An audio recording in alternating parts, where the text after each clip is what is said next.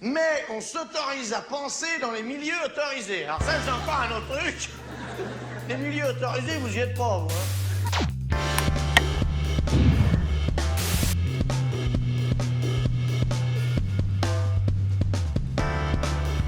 Jamais 203. Ici, sur le plateau du Média, j'ai reçu l'écrivain Armand Gauze pour évoquer son roman Camarade Papa. C'était en 2018. En 2020, on remettait le couvert pour décortiquer ensemble Black Manou. Et en 2022, toujours dans la période de la rentrée scolaire, on se revoit pour parler, pour causer de Cocoyans, sous-titré Naissance d'une nation chocolat, paru aux éditions de l'Arche dans la collection des écrits pour la parole. Toi, Gauze, tu es comme la Coupe d'Afrique des Nations, quoi. Tu reviens tous les 2 ans. Ouais, exactement, sauf que j'ai pas la pression des entraîneurs, des sélectionneurs européens sur mes joueurs étrangers. C'est ton cycle, quoi. C'est comme c'est comme les femmes qui donnent naissance tous les 2 ans aux enfants. Sans, pas forcément, c'est pas forcément le cycle se dégage tout seul. Attends, je fais pas du tout mon Amélie Nothomb qui systématiquement sort un bouquin à la rentrée. Mais j'aime bien quand même le rythme. Et puis comme je suis d'Abidjan, c'est le 4-4 quoi. Donc 2-4, 2-4. 4-4. Bah oui, c'est le rythme. 1, 2, 3, 4. 1, 2, 3, 4. Tout est affaire de musicalité. Voilà. Alors, pour parler du sujet de ton dernier livre, il s'agit d'une histoire politique du cacao, en tout cas d'une histoire politique du cacao dans ton pays, la Côte d'Ivoire, qui en est aujourd'hui le premier producteur mondial. Quand j'ai lu le début, j'ai pensé à te charrier un peu. Pourquoi ? Parce que tu commences après une courte intro par faire parler un mort. Et la coïncidence veut qu'un autre écrivain africain de langue française, Alain Mabankou, utilise le même procédé dans son dernier roman qui vient aussi de sortir, Le commerce des allongés. Alors Mabankou, c'est un auteur qu'on dirait plutôt mainstream, un écrivain sapeur et mondain. Comment se fait-il que toi, le marxisant, libre penseur, l'ermite de Grand Bassam, tu fasses toi aussi parler les esprits des morts? Qu'est-ce qui t'arrive? C'est Zigbotechi Zigbotechi à Gazois. Ça, c'est la mort. C'est le nom et le prénom de la mort embêtée. Bon, écoutez, moi, ça va. À chaque bouquin, on me sort Mabankou. Ça va. Ah non, moi, je t'ai jamais sorti Mabankou, mais là... non, mais par exemple, pour Camarade Papa, on avait parlé de la voix de l'enfant. Et puis là, tu me sors la voix du mort. Bon, c'est bon. Il a LA, je suis à Bassam. Tout va bien. Ouais, cela dit, c'est la seule comparaison peut-être possible. Voilà. En plus, c'est pas une comparaison, vu que vous êtes LA et Bassam n'ont pas grand-chose à voir. Tout à fait. Peut-être la plage. Ouais, mais tu me grignotes des minutes à cause de Mabankou, là.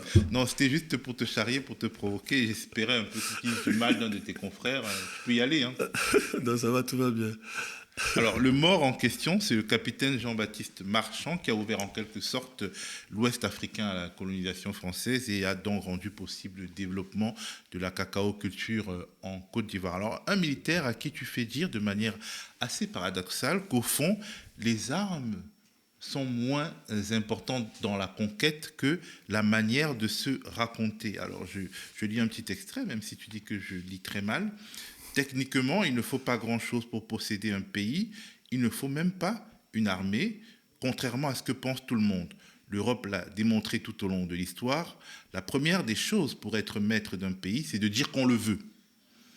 On le rabâche dans des discours fleuves, des articles interminables, des débats oiseux, des livres stylés et plein de trucs qui remplissent les esprits. Des plus nobles aux plus hypocrites, des plus vils aux plus cyniques, on s'invente toutes sortes de raisons, mais il faut clairement l'affirmer. Ce pays est à moi, je le veux, au nom de l'histoire, au nom du droit des peuples supérieurs de soumettre les peuples attardés. Ce pays est à moi, je le veux. C'est un peu gonflé de dire qu'il suffit juste de parler et de déclamer sa volonté en pleine guerre d'Ukraine. Les canons tonnent. À ton avis, là, si tu veux faire une comparaison avec l'Ukraine, ça a commencé par ça, par la volonté. Tout le monde dit en Russie, c'est chez nous là-bas, rien de plus, rien de moins. Ils ont dit pareil aussi pour l'Ossétie, voilà, c'est chez nous, point. Voilà, on le veut. La Crimée, tout ça, ils ont dit, on le veut d'abord, c'est chez nous là-bas. Et c'est exactement le même procédé. La guerre, en fait, la guerre est un épiphénomène dans la conquête, en réalité. Parce que pour conquérir les gens, c'est de la culture, en fait. C'est la culture qui conquiert les gens. Et donc, en cela, la guerre en Ukraine est un peu absurde parce qu'ils ont la même culture. Bon, ils vont s'entendre. Hein. Ils vont finir par s'entendre. Et pour revenir sur le lieutenant Marchand, parce qu'il était lieutenant au moment de la conquête de la Côte d'Ivoire, pour revenir sur le lieutenant Marchand, en Afrique, la particularité de la colonisation est quand même assez ironique, surtout en Afrique subsaharienne. Déjà, il n'y a pas eu de colonne militaire, comme ailleurs. C'est-à-dire qu'il y a rarement eu des troupes françaises remplies de gens je sais pas moi, du Loir-et-Cher, de la Dordogne, etc., remplies de régiments de ce genre, hein, venus en Afrique pour conquérir le Mali, le Congo, des choses comme ça. C'est toujours des hordes de tirailleurs. Ils ont procédé en fait de proche en proche. J'arrive à la côte, je recrute des gens qui sont des soldats en fait. Ils savent pas qu'ils sont des tirailleurs avec lesquels je vais en campagne pour imposer ma volonté plus ou moins. Voilà. Et en général, il n'y a pas de grande conflagration. Il y a juste poser un truc. L'idée, c'était pour les Européens de dire aux autres, c'est chez nous, en fait. En réalité, peu importe ce qui se passait sur le terrain, c'est de dire aux Européens, c'est chez nous. Donc l'idée était de poser le drapeau et puis de négocier les frontières avec les autres qui disent, moi aussi, c'est chez nous, c'est chez moi. Tu vois. Donc voilà, c'était un peu ça. Et donc les militaires étaient un prétexte de la conquête coloniale. Et tout s'est fait autrement, par d'autres moyens. Par d'autres moyens, évidemment. Ensuite, l'administration vient, très vite quand l'administration vient, mais personne n'est au courant que c'est une administration. Tu imagines en 1908, à Gagnois, mais qui sait qu'il est dans un cercle de Gagnois? Non, les gens y vivent normalement. Tout se passe dans la conscience du colonisateur. Le colonisé, lui, ne sait pas encore ce qui se passe. Voilà. Il n'a pas entendu parler des accords de Berlin. Non, il s'en fout. Il ne connaît pas 1885, il s'en fout, lui. Il continue de vivre. Il continue de vivre dans sa culture, dans sa famille, dans son cercle. Il est dans un monde qui n'est pas encore le monde qui va s'effondrer devant lui. Alors, le premier gros moment de ton histoire, c'est justement de ton histoire politique du cacao, si je peux dire, se joue en 1908 dans la forêt de Bakar, en pays Bété, en Côte d'Ivoire, où l'on entend un long palabre de ceux et celles qui sont pour ou contre l'adoption de ce qu'ils appellent une mauvaise herbe. Le cacao, ils le voient comme une mauvaise herbe dont personne ne voit l'intérêt parce qu'ils disent que ça ne se mange pas et ça ne soigne rien malgré l'amertume du goût. Alors finalement, le seul intérêt, ce serait de payer, parce que ça permet d'avoir de l'argent, money, M-O-N-I, donc l'argent, le fameux impôt colonial. Donc cet argent permet de payer le fameux impôt colonial, l'impôt de capitation que tu réhabilles en impôt de capitulation. Tu fais exprès. Ben évidemment. En fait, c'est super intéressant de remarquer que pour aucune prétendue colonie, pour aucun territoire, aucune plante de production industrielle ne sert à quelque chose. À personne. l'EVA ne sert à rien. Il y a rien. L'EVA, c'est encore pire. Il n'y a rien qui pousse sous un EVA à cause des relents de soufre et tout ça. Même les animaux les plus têtus ne vivent pas dans un champ d'EVA. Donc voilà, l'EVA, le café, ça sert à personne. Le cacao, toutes les plantes d'origine industrielle n'ont jamais servi à qui que ce soit. Pourtant, elles sont plantées là-bas. Donc en fait, la vraie question, je me suis dit, mais ils ont forcément dû se poser des questions. Les gens, ils sont pas débiles. Nos parents, ils ont dit, mais pourquoi ils nous emmerdent? Ils nous fouettent, pourquoi ils nous emmerdent à vouloir planter cette plante-là? Donc il a dû avoir un conseil, forcément, un soir ou un matin tôt. Un conseil que tu imagines et que tu... Ouais, parce que j'en ai vu des conseils. Il y a des conseils pour tout au village. J'en ai vu des conseils. Donc imagine cette question fondamentale-là. Mais pourquoi ils veulent qu'on plante cette plante-là que nous ne mangerons pas, qui ne soigne pas, avec laquelle on ne prie pas? Donc voilà, c'est l'Afrique. L'Afrique, elle est fonctionnelle de cette forêt-là. Elle est fonctionnelle. Elle n'est pas dans le délire de... Non, mais nous, on ne mange pas ce truc-là. Ils ne nous soignent pas.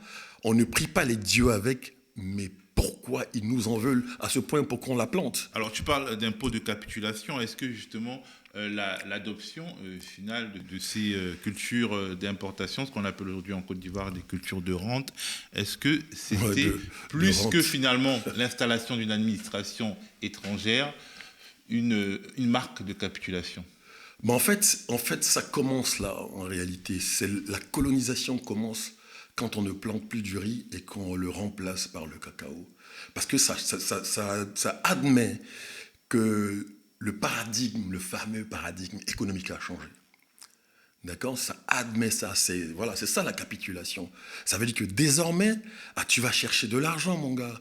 Désormais, tu vas rendre compte. Plus que l'armée sert, puisque en fait c'est l'administration qui demande l'impôt de capitation, et c'est l'administration qui a le pouvoir non pas de soumettre un peuple, mais d'humilier un individu en le fouettant, en lui montrant à quel point il est incapable de payer son impôt alors que son voisin, etc., le paye.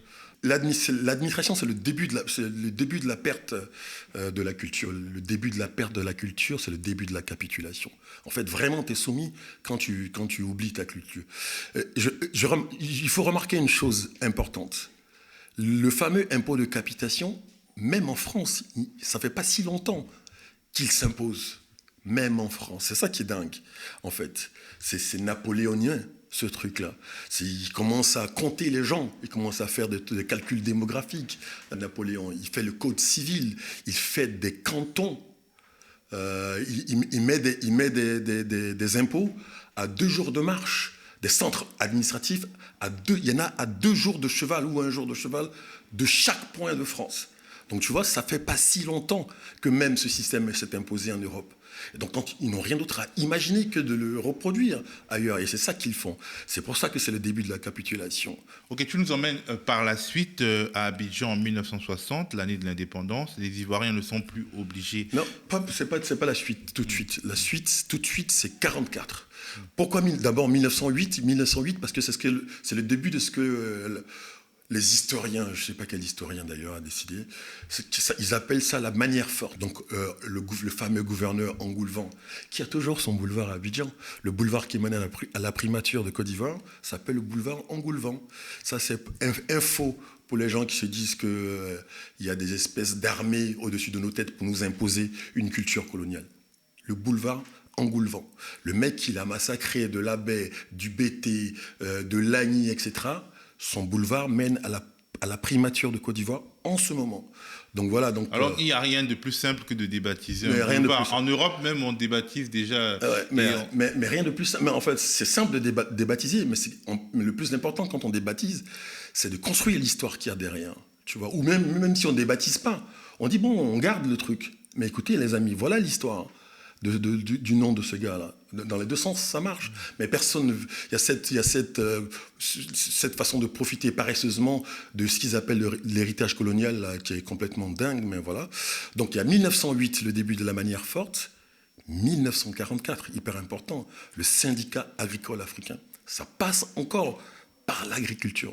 Et le syndicat agricole africain, le SAA, donne ce qu'on appelle le RDA, donc le plus grand mouvement d'émancipation d'indépendance d'avant les indépendances, le fameux Rassemblement démocratique africain. Ça vient du fait que des paysans africains, entre guillemets, se sont réunis en syndicat, le syndicat agricole africain. Et encore une fois, sous la problématique et la houlette du cacao. Ben justement, et c'est toujours le fait que le cacao soit au centre de la controverse qui amène à la création d'un parti panafricain, en tout cas commun à plusieurs pays d'Afrique, dont certaines branches vont rejoindre le néocolonialisme et d'autres branches vont finalement mener la guerre de libération. Le fait que tout cela commence par le cacao crée une sorte d'atmosphère politique un peu polysémique, puisque finalement, comme tu l'expliques, ces agriculteurs africains sont pour certains membres au départ du même syndicat que les agriculteurs, les colons, mais ils n'ont pas tout à fait les mêmes avantages. Ils n'ont pas les mêmes droits. Ils n'ont pas les mêmes droits. Et en réalité, c'est comme une sorte de revendication bourgeoise, c'est-à-dire c'est une sorte d'alliance de la petite bourgeoisie locale avec la paysannerie. Ça fait penser d'ailleurs au grand moment de l'histoire de France, qui accouche de la volonté de la révolution, la fameuse révolution. D'une volonté en tout cas de révolution. Et c'est peut-être aussi cette ambiguïté qui a expliqué la suite de l'histoire, c'est-à-dire une indépendance confisquée par les grands bourgeois en Côte d'Ivoire. Non, peut-être, mais peut-être pas en fait. Mais souvent, les grands mouvements d'émancipation, surtout en territoire colonisé, se font avec les élites. Amilcar Cabral, le suicide des classes.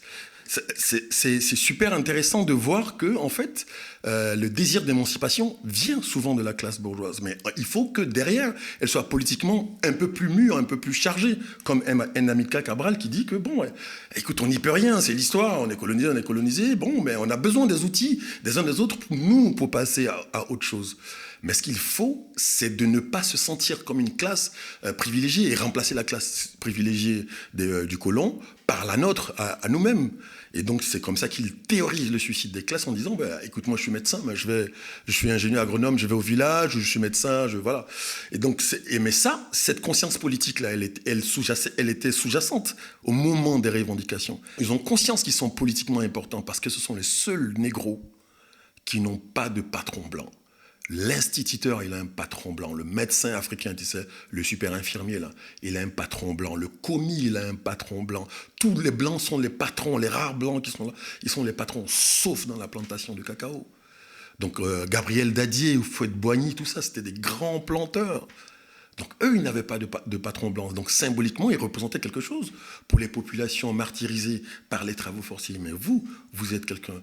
Vous parlez d'égal à égal. Surtout dans ce syndicat, il s'est d'abord dans un syndicat agricole mixte, qui montre bien que ce qui est mixte, c'est-à-dire avec des blancs, des planteurs blancs et des planteurs dits africains. Ce qui montre bien que la question n'est pas une question de couleur, mais véritablement une question de classe. Mais au sein de ce même syndicat, on achetait le cacao des planteurs africains 2 fois moins cher pour une raison simple.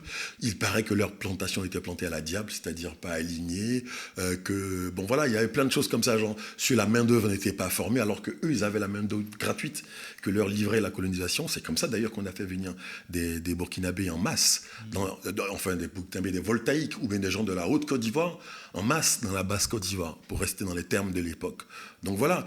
Et donc, au sein de ce même syndicat, le kilo de cacao n'était pas acheté de la même manière. Les contrôleurs blancs favorisèrent leurs congénères. Et donc, c'est de là que naît la conscience politique, dans la revendication d'un meilleur traitement du cacao. C'est pour ça que dans Cocoyane, je prête à Gabriel Dadier. D'ailleurs, cette réunion, elle a eu lieu. La réunion qui crée le syndicat agricole africain. Elle a eu lieu. Gabriel Dadier, les propos que je lui prête, il les a à peu près dites. Ou Fouette-Boigny, les propos que je lui prête, il les a à peu près dites. D'ailleurs, il faut lire pour cela la trilogie du Fouette-Boigny de Gramel. Il faut lire dedans. Et donc voilà. Donc ils sont les premiers à avoir cette conscience, non seulement syndicale, mais en plus d'émancipation. Donc c'est eux qui disent, écoutez, on ne va pas juste se contenter de revendiquer le même prix de cacao pour tout le monde. On va aussi dire non, mais on est capable d'aller au-delà. Au départ, ils ne veulent pas vraiment l'indépendance, ils veulent l'égalité de droits dans ce qu'on considère comme une sorte d'union française, de communauté d'États-Unis, mais sur plusieurs continents, en fait. Et bon, ça ne se passe pas, finalement. On arrive à l'indépendance, et une indépendance à laquelle tu nous convies dans ton livre. Les Ivoiriens ne sont plus obligés de planter le cacao qui leur a été imposé, mais ils continuent. La production explose. Et puis, de toute façon, leur président, Félix Houphouët-Boigny, qui était à la tête de ce syndicat agricole africain, il a un rapport assez particulier à l'indépendance, alors qu'il a été finalement celui qui a mené les luttes pour l'émancipation. Et je vais trouver un extrait. Donc, en fait, tu mets en scène Félix Houphouët-Boigny qui prononce le discours d'indépendance de la Côte d'Ivoire le 7 août 1960. La France est partie, mais lui, contrairement à Patrice Emery Lumumba en République démocratique du Congo, il glorifie la mission civilisatrice et l'œuvre coloniale. Alors, il dit « Monsieur le ministre Jacquinot, merci pour votre si brillante intervention dans ces événements exceptionnels pour nous et la France. Vous avez bien voulu me rappeler mes quelques rares mérites. Je n'ai fait que mon devoir, et si j'ai réussi à faire entendre la voix de mon cher pays, c'est à la France que je le dois. La France, après nous avoir colonisés, s'est acquittée de cette dette civilisatrice contracté envers l'humanité. Ainsi, mes chers frères, n'y a-t-il pas de honte d'avoir été colonisés? Allons de l'avant, car nous aussi, nous devons apporter au monde notre contribution décisive. En gros, il explique que le général de Gaulle, chargé de gloire, a libéré les peuples africains, il est entré dans l'immortalité. No comment. Alors, justement, Je on te en jure, revient... attends, je te aussi- jure, Théophile, Oui, il y a oui. sans commentaire, ça. C'est le vrai discours d'Houphouët-Boigny. Et on en revient aux ambiguïtés, que tu n'estimes pas de cette manière, que tu ne vois peut-être pas du syndicat agricole africain. C'est-à-dire que ce syndicat agricole qui défendait les intérêts de la bourgeoisie naissante noire, en fait, très rapidement, les intérêts de la bourgeoisie la conduisent toujours à négocier, à se mettre d'accord finalement avec l'ordre établi. Peut-être que c'est parce que il est issu de ce mouvement de revendication de personnes qui avaient déjà un peu d'argent parmi les Africains qu'il arrête le combat à un moment où finalement il récupère les outils idéologiques et les outils industriels, économiques du colon. Écoute, moi c'est une théorie, ça c'est ta théorie, hein, mais moi je pense pas que c'est le fait Je ne que suis ce soit pas en sûr bourgeoisie. de ma théorie. Moi, ouais, je sais, je comprends que tu t'interroges, mais moi je crois pas que c'était le. D'abord, c'est pas des vrais bourgeois, tu vois, quand tu dis ça. Comparé Attends, quand t'es né à en la piétaille... Quand tu es né en 1905 et que tu es parti à l'école à 20 ans, à 15 ans, et que tu as commencé à planter du cacao à 30 ans, et que tu as commencé à avoir de l'argent à peu près à 40 ans, et que ta lutte commence à 45 ans, tu n'es pas véritablement un bourgeois. Gabriel Dadier, c'est pas un bourgeois, lui il est né au 19e siècle. Tu vois, c'est une fausse manière de les qualifier en fait, en réalité. C'est pas parce qu'ils avaient de l'argent qu'ils étaient de la soi-disant bourgeoisie de style européenne là. Il avait des intérêts à préserver. Ils avaient des intérêts à préserver, mais c'est difficile en fait de s'imaginer là des gens être bourgeois en 10 ans. C'est pas possible en fait. Donc on a un problème de terminologie pour décrire ceux-là. Comment on peut les appeler? Eux, au Congo, ils les appelaient les évolués. C'est pas simple. Voilà, tu vois, si tu voyais encore, tu vois bien le truc, le cheminement. Ils les appelaient les évolués et les gens ils se revendiquaient comme tels. Ils faisaient des lettres à l'administration pour dire moi je veux être un évolué aussi, tu vois. Les Lumumba a fait la lettre pour être un évolué. Donc tu vois, ils sont bizarres, ils sont entre deux civilisations, mais ne l'admettent pas parce qu'ils sont déjà en costard à cravate. Ils savent pas, ils sont subjugués aussi par les maîtres. Donc vraiment, c'est beaucoup plus compliqué que ça. Mais seulement, ils n'ont pas été lucides, en tout cas de mon point de vue, parce qu'ils n'ont véritablement pas posé la question de l'indépendance. C'était eux qui étaient les mieux placés pour la poser, puisqu'ils étaient nés au village. Mais ils ne l'ont pas posée. Quand tu dis que tu es indépendant, tu dois définir ta dépendance. Si tu n'es pas capable de définir ta dépendance, c'est que tu n'as pas besoin d'être indépendant. Ou bien tu définis ta dépendance en disant hey, « je suis indépendant de ça ». Et tu le dis clairement. Moi, je ne crois pas qu'il y a eu des indépendances en 1960. Il y a eu les chaises tournantes, il y a eu une valse, mais il n'y a pas eu d'indépendance. Les gens dans les mêmes habits. Les gars qui ont tiré sur la foule des marcheuses de Grand Bassam, les gens qui ont mis Bernard Dadier en prison avec toute la clique, ces gens-là, ils étaient à Abidjan en 1960. C'est-à-dire, moins de 10 ans plus tard, ils étaient à Abidjan en 1960, quand les Houphouët-Boigny ont pris l'indépendance. Et il festoyait avec les gens qu'il maltraitait. Ils ont changé de bureau. Ils ont juste changé de bureau. Donc les gens qu'ils ont mis en prison il y a à peine 8 ans ont pris leur place dans leur bureau, ils ont pris d'autres bureaux. J'ai le souvenir d'une anecdote incroyable de Marcel Amondji, paix à son âme, brillant historien et intellectuel de Côte d'Ivoire, qui a été appelé par Houphouët-Boigny, qu'il connaissait, en 1958. Donc Marcel me raconte que quand il va voir Houphouët-Boigny dans son bureau, parce qu'Houphouët-Boigny lui propose de revenir, de reconstruire le pays, on va être indépendant et blablabla. Quand il va voir Houphouët-Boigny dans son bureau, à la place de la République, à Abidjan, il traverse le bureau d'un secrétaire blanc, il tombe dans le bureau de Auguste Denise, l'entier français aussi, qui lui dit « Ah, tu vas voir Félix !» J'espère que vous allez bien vous amuser parce qu'il sait, il se moque de lui parce qu'il sait qu'il est communiste. Ensuite seulement, il rejoint le bureau de Houphouët-Boigny. C'est Marcel qui me raconte ça. In extenso. Donc tu vois déjà comment c'est. Ils se sont laissés prendre en main. Tu vois, ils se sont laissés blanchiser d'une manière. Houphouët-Boigny porte la même tenue que le général de Gaulle, que la tenue du président du général de Gaulle, de la photo officielle. Ils ont des chapeaux hauts de forme, tous. Donc peut-être c'est ça qui confirme ta théorie selon laquelle on n'a pas besoin d'une armée pour conquérir un peuple. Et à ce moment-là, ils singent la bourgeoisie. Mais ils ne le sont pas. Ils ne le sont pas. C'est pour ça que dans le livre, c'est Mamie Fétet, la sœur, donc la femme, donc la matriarche, celle qui porte les valeurs culturelles, celle qui porte le clan. C'est elle qui dit, c'est elle qui demande à Houphouët, mais souviens-toi de ce que je t'ai dit. Oui, c'est en 1985. Tu imagines quand éclate la crise. Quand éclate la fameuse détérioration des termes de l'échange. À qui on dit merci? Léopold Sédar Senghor. Quand même, c'était un mauvais président, mais il avait les jolis termes. Hein.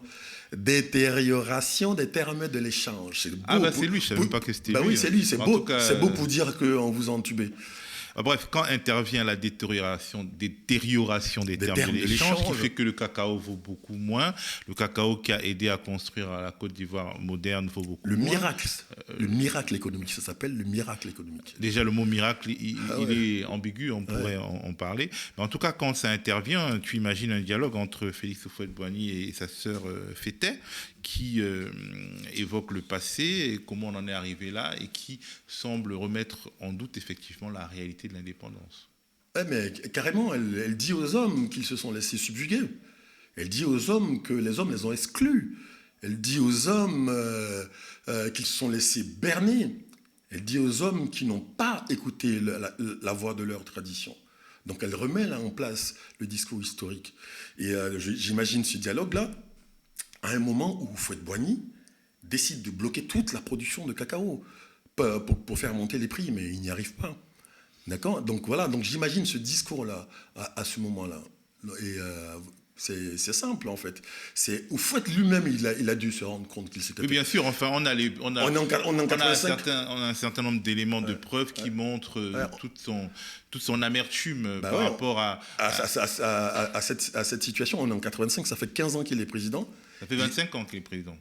25 ans qu'il est président, et il est encore comme au temps du syndicat agricole, quoi. Il est encore en train de parler de prix de cacao. C'est une malédiction. Le mec, il est président, il est encore en train de parler de prix du cacao, quoi. Alors, donc, tu fais parler les morts au début de ton livre, Jean-Baptiste Marchand, le colon, et tu nous présentes son auxiliaire, Goba Diouf, et tu ne te contentes pas de faire parler les morts, tu les ressuscites aussi, puisque le fameux duo Marchand-Goba Diouf réapparaît sous les traits des fonctionnaires du FMI. Systématiquement. C'est-à-dire que après la fameuse détérioration des termes de l'échange. Au début ils sont des tirailleurs, parce que ce sont eux. Hein. Faut pas oublier, hein, c'est des Sénégalais qui ont colonisé le Mali, c'est des Maliens qui ont colonisé la Côte d'Ivoire. Tu vois, etc. À Bassam, il y a encore des familles de descendants de Sénégalais, hein. C'est pas un problème. Donc voilà, et donc il y a toujours cette espèce d'auxiliaire de l'Occident, qui au début est un sergent-chef ou bien un caporal-chef tirailleur, mais après il se transmute en fonctionnaire international ou bien en grand ponte de la finance, ou ils sont nombreux comme ça, hein, ou bien en grand universitaire, etc. Donc, mais ils sont toujours les auxiliaires donc pour moi ils gardent le même nom, Goba Diouf. J'ai mis Goba parce que Goba c'est un nom embêté, et puis Diouf ça fait sénégalais, comme ça on voit bien qu'il y a le mix du traître, il est complètement diagonal, quoi, du Sahel jusque dans la forêt.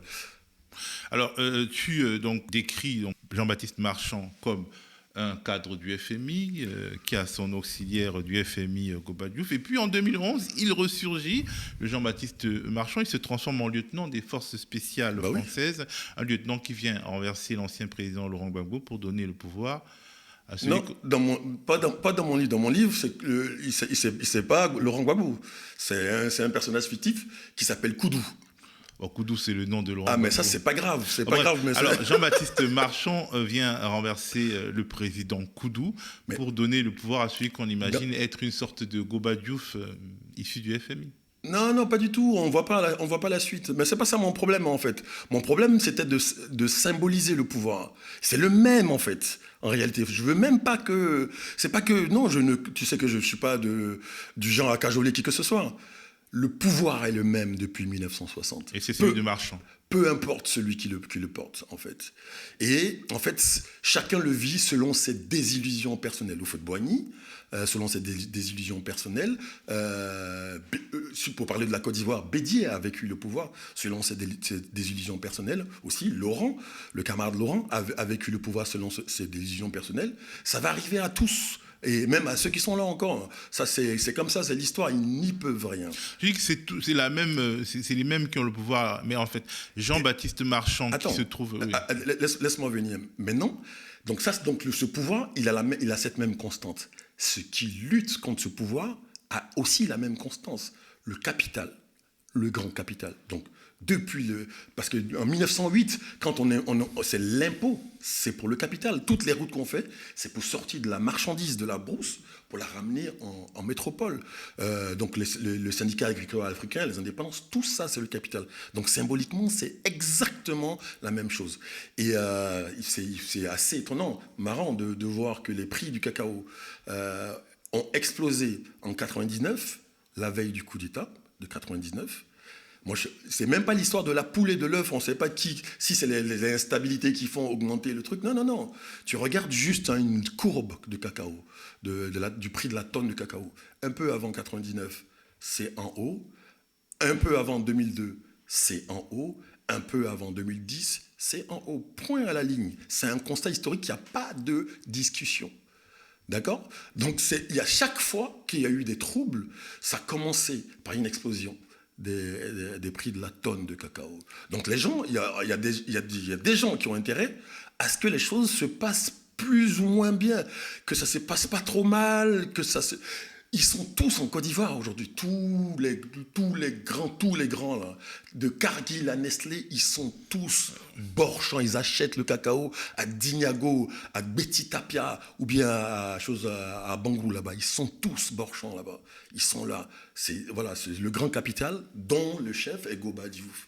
Donc c'est vraiment dans le relais. Le relais est Goba Diouf, et donc c'est vraiment une constance, 1, du pouvoir, une constance 2 du grand capital, 3 de son bras séculier, de son relais séculier qui est local. Voilà. Donc en gros, l'aventure coloniale, même si elle prend les oripeaux nationaux, c'est d'abord une aventure capitaliste. La décolonisation, c'est toujours un moyen d'adaptation du capitalisme. C'est un replatage du capitalisme colonial. Et donc aujourd'hui... comme dans tes autres romans, tu finis par mettre le capitalisme, le grand capital, au centre de la pièce. Bah oui, il est là, hein. Il est au centre de la pièce, parce qu'il est au centre au centre du livre, parce qu'il est au centre de tous tes livres. Hein. Ouais, mais parce qu'il est au centre de notre vie. Il faut qu'on fasse quelque chose quand même. On peut pas laisser faire. Et ce qui est intéressant avec le capitalisme, c'est que finalement, il utilise les mêmes voies que nous autres les artistes, parce que il séduit en permanence. Voilà. Une fois de plus, le discours. Ouais, ben oui, il séduit en permanence. Un iPhone 13, c'est un iPhone 13 ou 14 là qui va sortir parce qu'il est plus beau. Pas parce qu'il est plus performant, il commence d'abord à paraître plus beau, etc. Ou un Samsung, je ne sais quoi, voilà, c'est parce qu'il est plus beau. On veut des routes belles, même pas forcément fonctionnelles. On cherche les plus beaux habits, en fait. On est vraiment comme dans la tradition, dans la recherche de la beauté, mais sauf qu'il y a des gens qui utilisent ça pour faire autre chose. Donc voilà, le grand capital est là, toujours en permanence. Donc je ne peux pas faire semblant de ne pas le voir, quoi. Et nous, on est véritablement et définitivement ses esclaves, parce qu'on continue de lui vendre des fèves de cacao, comme de vieux pithécanthropes, chasseurs-cueilleurs. Alors, à la fin, ton livre prend des allures de roman d'anticipation. On est en 2031. La scène se déroule à Afridoukou. D'abord, c'est où Afridoukou ? Afridoukou, c'est à Gagnoa. Le vrai Afridoukou, c'est un village de Gagnoa, en fait. Et donc, Gagnoa, c'est le centre de la production de cacao. Et puis, j'aime bien le nom, parce que ça fait Afri. Doukou, c'est la maison, le lieu, la place. Donc Afrique, du coup, ça peut aussi dire la place de l'Afrique. C'est pour ça que j'ai choisi ce nom. Alors, la Côte d'Ivoire, en 2031, décide de ne plus exporter une seule fève de cacao, mais seulement de la poudre de chocolat. Et je vais lire aussi des extraits parce que c'est au-delà d'une décision administrative, c'est une sorte de rébellion et de changement de paradigme. Ton personnage appelle les autres, ses comparses, comme dans la réunion de 1908, pour discuter de l'avenir. Et elle dit, je vous ai appelé pour vous parler de la drogue la plus puissante, la plus addictive, la plus facile à produire, la plus répandue dans le monde. En plus, elle est facile à produire et complètement légale. Et ben, cette drogue, évidemment, c'est le cacao. C'est le chocolat, en réalité. L'Occident devra nous acheter exclusivement de la poudre de chocolat. Comme il achète de la poudre de cocaïne, il se pliera à ce diktat. Ou alors, nous organiserons la plus grande pénurie de chocolat de tous les temps. Et pendant que leurs peuples se lamenteront, nous monterons des circuits illégaux de distribution de poudre de chocolat dans le pur modèle du grand banditisme. Alors, ton utopie, c'est une utopie qui subvertit le capitalisme par la mafia. Attends, mais c'est pas une utopie. Regarde, dans le monde, là, il n'y a pas 1 milligramme de cocaïne qui ne vient pas de la forêt d'Amazonie. Ça n'existe pas. Pas un seul. Et les gars, ils ne vendent pas des feuilles de coca. Ils vendent de la cocaïne. Et ils le distribuent all around the world. Vraiment, quoi. Dans des circuits fins. C'est totalement illégal, mais ils y arrivent. Et qui y arrive ? Les cousins et les frères de Pablo Escobar, là, les mecs, ils n'ont pas. C'est des ploucs de la forêt d'Amazonie qui sont capables de monter un truc comme ça, aussi fin. Ben, le fait que ce soit illégal, ça les aide. Attends, non. Mais au contraire, le fait que ce soit illégal, ça les met en valeur. Ça veut dire qu'ils développent des stratégies incroyables. Eux, ces ploucs-là, ils sont capables de faire ça. Et nous, des États organisés, on vend des fèves aux gens.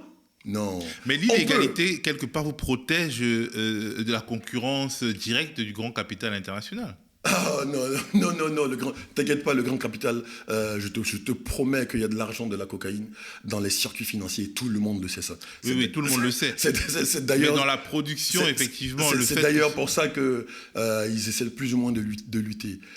Nous, on peut faire la même chose avec le cacao. Si on dit qu'on ne vend pas une fève, on n'est plus des chasseurs-cueilleurs. On ne vend pas une seule fève. Une seule fève ne quitte pas Abidjan, tu vas voir. Oui, mais tu situes donc finalement cette révolution 2031. En 2031, mais Houphouët-Boigny l'a essayé depuis 1985. Qu'est-ce qui ferait que demain ce soit plus facile Des fois, l'histoire se précipite. Hein. En janvier 1990, on ne savait pas que c'était possible d'avoir le multipartisme en Côte d'Ivoire. En mars, on l'avait. Donc voilà. Donc moi je crois en l'histoire. Moi je sais. Mais ça peut. Tu aurais aussi pu imaginer une destruction générale de tous les plants de cacao. Ah mais ça c'est mon idée de base. Depuis que j'ai 15 ans, je dis que quand je serai président, la première décision sera d'arracher tous les plants de cacao. Bon, maintenant j'en ai plus que 50. Mais bon voilà donc. Et là tu veux utiliser le cacao contre le capitalisme. Mais dans ton utopie bien sûr c'est pas une réflexion. Non, je veux utiliser le cacao enfin comme une richesse nationale à travers le chocolat. Enfin comme une richesse nationale. Regarde, on a trop donné pour cette foutue plante là. On a détruit. Déjà l'environnement il est mort. 80% de forêts primaires. On a détruit à cause de ça. Et ça, c'est pas ça le plus grave. Le plus grave, c'est qu'on a détruit notre propre culture. On a piétiné notre propre histoire. C'est encore pire, tu vois. Et tout ça pour des clopinettes, pour que les injustices continuent de régner. Pour qu'il n'y ait pas, il n'y a pas une université, pas grande ville en Côte d'Ivoire. Il y a pas, l'école n'est pas gratuite pour tout le monde. Il n'y a pas de sécurité sociale, non. C'est pas possible. On a donné trop. Et c'est le temps, c'est le moment de réfléchir. Bon, mais de toute façon, quand c'est gâté, c'est gâté. On fait comment maintenant ? Donc c'est ça mon plan. C'est de dire, bon, écoutez, maintenant, vous, Cargill, Nestlé, dégagez, rentrez chez vous là-bas. Dégagez du coin. Nous, c'est nous qui vous vendons désormais. C'est nous les fabricants. Vous serez vous les dealers de notre truc. Et le cacao, c'est une vraie drogue. Parce que c'est pas nécessaire pour vivre. S'il y a plus de cacao, si tu manges pas de chocolat, tu vas pas mourir de faim. Mais pourtant, culturellement, les gens se disent le cacao, oh, le chocolat, oh là là. Donc voilà, donc d'une certaine manière, il y a quelque chose de l'ordre du culturel dedans. Et c'est ce culturel-là que nous, on revendique. Et on dit, ouais, mais on va retourner votre culture contre vous-même. De la même façon que vous avez piétiné la note et vous l'avez retournée contre nous-mêmes. Voilà, c'est tout. Alors, La révolution, hasta la révolution. Pour le coup, c'est hasta la révolution siempre. Et c'est possible, hein. Et c'est possible. C'est vraiment, c'est pas techniquement. Il y a plein d'économistes qui l'ont pensé, qui l'ont écrit. Bon, je ne vais même pas parler de Mamadou Koulibaly. Il y en a plein. Même les gens du FMI même l'ont imaginé. Donc voilà, c'est pas non plus. Je dis pas qu'il faut pendre le dernier des curés avec le dernier des capitalistes, des bourgeois avec les tripes du dernier des curés. Non. C'est tout à fait possible, quoi. Alors, ton livre, Cocoyans, bon, j'ai lu les critiques avant de lire le livre parce que tu l'as envoyé à d'autres journalistes avant de me l'envoyer. Merci. Il fait son jaloux. Non, mais c'est un fait. J'ai lu donc les critiques qui disaient que c'était un livre très ivoirien et je me suis dit que c'était des critiques un peu malveillantes, mais finalement, à la lecture de ton livre, je me rends compte que il m'a fait penser un peu à Kourouma, à Amadou Kourouma, mais surtout, et là je vais te parler des références, pas pour te charrier, mais sérieusement, à Bernard Zadi Zaourou. Bah, tout à fait. Boté Moumkoussa, il est moins connu en France que Kourouma, mais il y a le souffle de Bernard Zadi Zaourou que j'ai senti traverser c'est absolument ça. Ton livre. Zadi et Adiafi. C'est vraiment ça. Ma parole est très zadienne dans ce livre-là, très kouroumaesque comme d'habitude, mais elle est très zadienne dans ce livre-là. Et ceux qui disent que c'est très ivoirien, en fait, effectivement, moi je trouve que c'est malveillant parce que ça voudrait dire que c'est un peu un crime de lèse-intelligence d'ancrer un livre sur un territoire. Non, ou alors ils peuvent sentir quelque chose d'étranger, quelque chose qu'ils ne maîtrisent pas. Parce que la particularité de la littérature ivoirienne, c'est qu'il y a des monstres sacrés de la littérature ivoirienne qui ne se sont jamais vraiment beaucoup vendus à l'étranger, tandis qu'il y a des écrivains un peu moins importants qui se sont vendus. D'ailleurs, c'est un peu pareil avec la musique ivoirienne, où finalement ceux qui l'ont le plus influencé sont moins connus à l'international que ceux qui ne l'ont pas totalement influencé. Bon, c'est des questions commerciales, mais globalement, ce souffle-là... Je suis fier que mon livre, que tu aies toi ressenti le souffle de Zadi, le souffle de Adiafi dans ce livre-là, parce que c'est écrit comme ça aussi.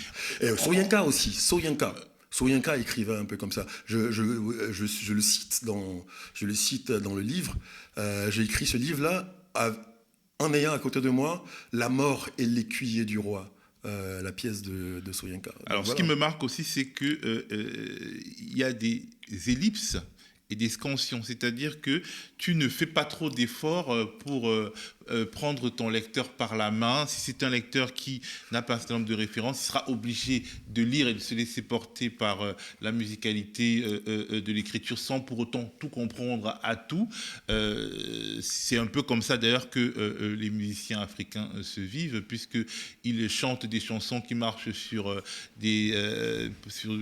territoire qui est grand comme la Chine, l'Inde, etc., en choisissant peut-être de chanter en lingala ou de chanter en wolof. Donc les gens ne comprennent pas tout à fait tout, mais ils mettent quelques mots en français ou en anglais pour que les gens imaginent ce qu'ils ne comprennent pas.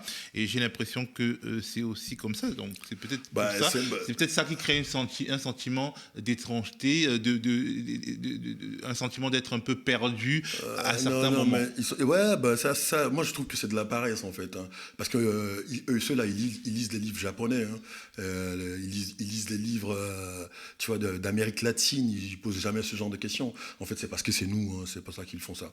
Mais c'est pas sérieusement. Sérieusement, moi, à Abidjan, quand je lis le livre d'un Tchèque, ou bien Tolstoï, ou bien quelle référence j'ai? Je dirais jamais. Des fois, on a l'impression que tu fais... Non, mais il faut laisser ces gens. Moi, je veux bien... mais des fois, on a l'impression que tu fais exprès, que tu te révoltes. Par exemple, même quand tu décris des dialogues imaginaires, tu t'embrouilles pas avec les tirets, tu vas directement... tu écris le dialogue pour que finalement, on se dise, ah ben tiens, là, c'est Fété qui parle, là, c'est Oufoué qui parle. Tu mélanges un peu le théâtre et... Tu vois que ça marche. Et le théâtre et le roman moment, etc. Voilà. Et je trouve que ça aussi, c'est caractéristique d'un certain nombre de grands écrivains ivoiriens, comme Adiafi et Zadi. Adiafi et Zadi, qui, Adiafi a théorisé le patchwork, le zassa, qui mélange, etc. Et Zadi a théorisé le didiga. Donc, ils font des sauces remplies de crabes, de poissons et de viande étranges. Donc, tu fais exprès. Après, quand tu as fait exprès, tu vas pas te plaindre que les gens... Non, si, je peux me plaindre. Je fais exprès, mais je respecte l'intelligence de tout le monde. C'est-à-dire que toi, tu n'as pas eu besoin que je mette les tirets pour savoir qui parle. Parce que le discours, ça peut être une seule personne, ça peut être 10 personnes qui disent le même discours ou bien qui s'opposent dans un discours. Ça peut être un discours schizophrénique d'une seule personne qui se dit, qui se pose des questions et qui se répond à elle-même. Qui s'engueule avec elle-même. Voilà, donc ça marche. Ça marche. Moi, je fais confiance à l'intelligence du lecteur. Et tous mes bouquins sont écrits comme ça. Debout payé, pareil. Camarade papa, pareil. Black Manou, je dis même pas. Mais là, je le ressens plus. Oui, tant mieux. Ça veut dire que je me patine mieux et que je fais de plus en plus. Je trouve les moyens de faire de plus en plus confiance à l'intelligence du lecteur. Et ça marche, en fait. Et moi, je suis content de chaque fois de proposer une structure un peu révolutionnaire. C'est pas tout à fait un patchwork, c'est gaussien. Tout simplement, voilà, je commence à avoir du métier, donc on peut dire que j'ai une parole désormais, quoi. Alors, non, mais en plus, l'enjeu, c'est toujours pour qui écrit l'écrivain africain. Parce que de fait, tes prédécesseurs, c'est ceux qui t'ont précédé dans le métier d'écrire et qui étaient issus de la francophonie, des francophonies du Sud, ils ont été obligés de s'adapter à un lectorat qui était à des éditeurs qui étaient souvent français, à un lectorat qui était en grande partie français, puisque leurs semblables n'avaient peut-être pas les moyens de financer leur carrière littéraire. Et là, on peut dire que tu a les moyens de t'affranchir parce que tu es une célébrité en Côte d'Ivoire. Non, parce que je suis bon. Parce que je suis bon, pas parce que je suis célèbre. De fait, quand tu dis Murakami, tu te poses pas la question. Tu dis, ça c'est Murakami, quoi. Non, mais Murakami se fonde d'abord sur une communauté de lecteurs de son pays. Oui, mais voilà. Et j'ai vu, par exemple, les images de ta dernière dédicace à Paris. Ça avait l'air d'un meeting, il y avait plein de monde. Parce que non seulement tu es un écrivain, tu es l'écrivain contemporain ivoirien le plus connu, mais en plus tu es une sorte de personnage sur Twitter qui nourrit la légende de l'écrivain. Peut-être le gars me sort le truc de l'influenceur. Je vais prendre un gourdin te taper avec. Non mais on a du mal à être. D'ailleurs, ça c'est un gourdin. On a du mal peut-être à être lucide sur soi, mais quand tu conduis dans une séance de dédicace une masse importante de personnes, une partie suit l'écrivain, une partie est attirée par le personnage. Et c'est bien ainsi. Ils avaient tous lu quasiment. J'ai fait 1 heure de dédicace, tout le monde l'avait déjà lu. Tu vois, bien fait pour toi. Tu peux pas savoir si tout le monde l'a lu puisque tu n'as pas été. Tout le monde n'a pas posé de questions. Si, j'ai posé des questions à tout le monde. Je prends mon temps pendant les dédicaces. Ils avaient tous lu. Non, mais est-ce que finalement tu t'imagines un gosse qui serait lu à 90% en Côte d'Ivoire et dans le reste du monde à 10%, et donc de sortir de cette malédiction de l'écrivain africain qui n'est pas lu. C'est pas une malédiction, mais t'inquiète pas, c'est pas une malédiction. Les choses bougent, elles sont faites pour ça. Il y a des moments où l'histoire veut que les choses soient ainsi, ou d'autres où elles soient comme ça, quoi. Donc, et tu sais, moi j'ai monté une maison d'édition à Abidjan qui s'appelle Srele, c'est-à-dire la beauté du geste, quoi. Et justement, pour pallier à ça, pas pour me publier moi-même, mais justement parce que je sais que là-bas, parce qu'on ne propose rien aux gens là-bas, de véritablement, tu sais, dans la fiction. Je veux sortir du truc des maisons d'édition qui vivent sur le scolaire, là. Vraiment une maison d'édition, quoi. J'ai le temps, j'ai les moyens, j'ai les moyens de le faire parce que j'ai pas d'enjeu terrible financier, je vis de peu, je suis dans mon grand bassin là-bas, et je vais imposer de plus en plus des textes écrits en Côte d'Ivoire par des Ivoiriens qu'on va proposer au monde de plus en plus. C'est ça la destinée. Donc la révolution de Nian dans Kokoyan, là, je fais ça aussi dans l'édition à Abidjan. En tout cas, on te souhaite bien. Je vais éditer aussi tous les gros là d'ici là. On va choisir de qui on édite à Abidjan. Tu vois, Emmanuel Carrère, s'il sort un bouquin en France, quand il sort un bouquin en France, c'est POL qui vend le bouquin en Côte d'Ivoire. Alors que moi, quand je sors un bouquin en France, il y a une maison d'édition italienne qui l'achète en Italie, tu vois. Donc voilà, moi je vais bouleverser tout ça, on va acheter leurs droits ici, là. À 500 € comme ils les vendent en Hongrie et en Bulgarie, là. Et puis on va éditer, par exemple, un Emmanuel Carrère en Côte d'Ivoire, et il sera lu, ou bien, je sais pas, le Clésio en Côte d'Ivoire, et qui seront lus avec des maisons d'édition ivoiriennes, tout comme les Ivoiriens là-bas, quoi.